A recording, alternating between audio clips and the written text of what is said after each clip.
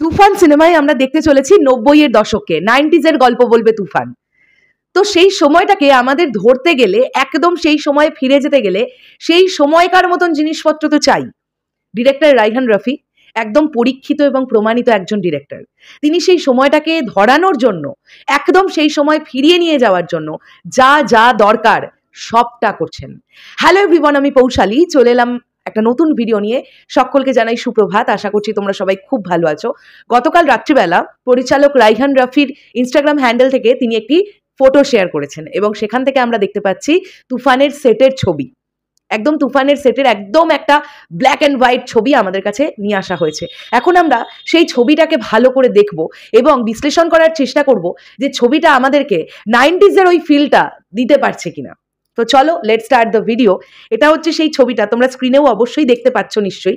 আমি তোমাদেরকে স্ক্রিনে আরও সুন্দর করে দেখাচ্ছি ছবিটাকে এবং তার সঙ্গে সঙ্গে আমরা ছবিটাকে নিয়ে একটুখানি কথা বলি। প্রথমত এই ছবিটাকে আমরা কি কি দেখতে পাচ্ছি এই ছবিটার মধ্যে। এই ছবিটাকে যদি আমরা জুম করি তাহলে খুব সুন্দর করে দেখতে পাবো যে একটা শোবার বিছানা আছে, একটা চৌকি টাইপের আছে, চৌকির পাশে একটা টেবিলের ওপরে দুটো টিনের বাক্স রাখা আছে, এপাশে একটা বেসিনের সিঙ্ক আছে, বেসিন আছে। ওকে, যদি আমরা এধারটাতে দেখি তাহলে একদম ইটের গাঁথনি দেওয়া একটা দরজার মতন, কিন্তু দরজাটাকে বুঝিয়ে দেওয়া আছে ইটের গাঁথনি দিয়ে, আমরা দেখতে পাচ্ছি। যদি ঠিক ওপরটা আমরা লক্ষ্য করি তাহলে দেখবে তোমরা দুটো পুরোনো দিনের, একদম পুরোনো দিনের জানলা দেখতে পাওয়া যাচ্ছে, জানালা বা দরজাই দেখতে পাওয়া যাচ্ছে মোস্ট প্রবাবলি।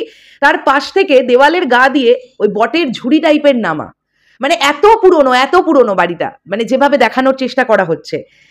এবং এই পুরো মানে এই বাদিকটা দিয়ে যে দিক থেকে রোদের ছটাটা ঢুকছে যদি আমরা লক্ষ্য করি দেখতে পাবো মোস্ট প্রবাবলি কড়িবর্গার জানালা দেখা যাচ্ছে। তো এইগুলো প্রত্যেক কটা পুরোনো দিনের বাড়ির লুক অ্যান্ড ফিল দেয় আমাদেরকে। এবং যেহেতু এটা 90s-এর গল্প, তাই এই বিষয়টাকে ধরার জন্য এইরকম একটা সেট বা এইরকম একটা লোকেশনে শ্যুট করা হচ্ছে তুফানের। তোমরা ভাবতে পারছো প্রজেক্টটা কতটা ডিটেলিংয়ে করার চেষ্টা করা হচ্ছে।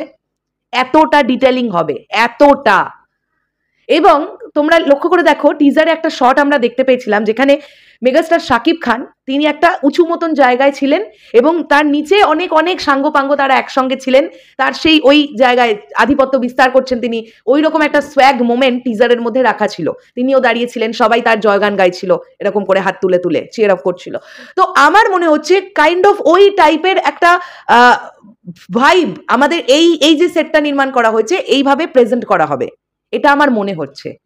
তো সেটটা জাস্ট দুরন্ত লাগছে। 2024 সালে এসে দাঁড়িয়ে 1990-এর সময়টাকে ধরা এবং সেই সময় এক্স্যাক্টলি কিরকম কি ছিল এটাকে নিখুঁতভাবে বার করা, এটা প্রচন্ড খাটাখাটনির কাজ এবং প্রচন্ড কঠিন কাজ। যে কঠিন কাজটা করছেন ডিরেক্টর রায়হান রাফি, যে কোনো পিরিয়ডিক ড্রামায় কিন্তু ভীষণ কঠিন।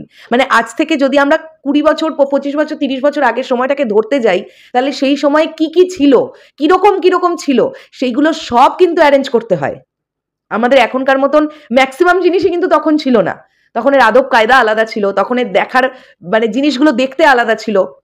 সে বলি আমরা গাড়ির কথা, বলি রাস্তাঘাট, বলি বাড়ি ঘর দোয়ার, এখন আমাদের পাকা বাড়ি, অন্যরকম দরজা জানলা। তখনকার তো আর এত স্টাইলিশ, এত মডার্ন এত জিনিসপত্র ছিল না, তাই সেই জিনিসগুলো ধরার চেষ্টা করা হচ্ছে। তো আমার ফ্যান্টাস্টিক লেগেছে এই সেটটা। এইরকম সুন্দর, এরকম দারুণ লোকেশনে তুফানের শ্যুট হচ্ছে। মানে আমরা যখন বড় পর্দায় দেখবো না, আমরা ভাবতেই পারছি না এই লুক অ্যান্ড ফিলটা আমাদের এক্স্যাক্টলি কোন জায়গায় নিয়ে যাবে। শেষ করলাম ভিডিওটা, দেখা হচ্ছে আবার খুব শিগগিরই নতুন কোনো ভিডিও নিয়ে। তোমরা যারা সেটের ছবিটা দেখেছো তোমাদের কেমন লেগেছে অবশ্যই কমেন্ট করে জানাও। তাহলে এখনের জন্য টাটা।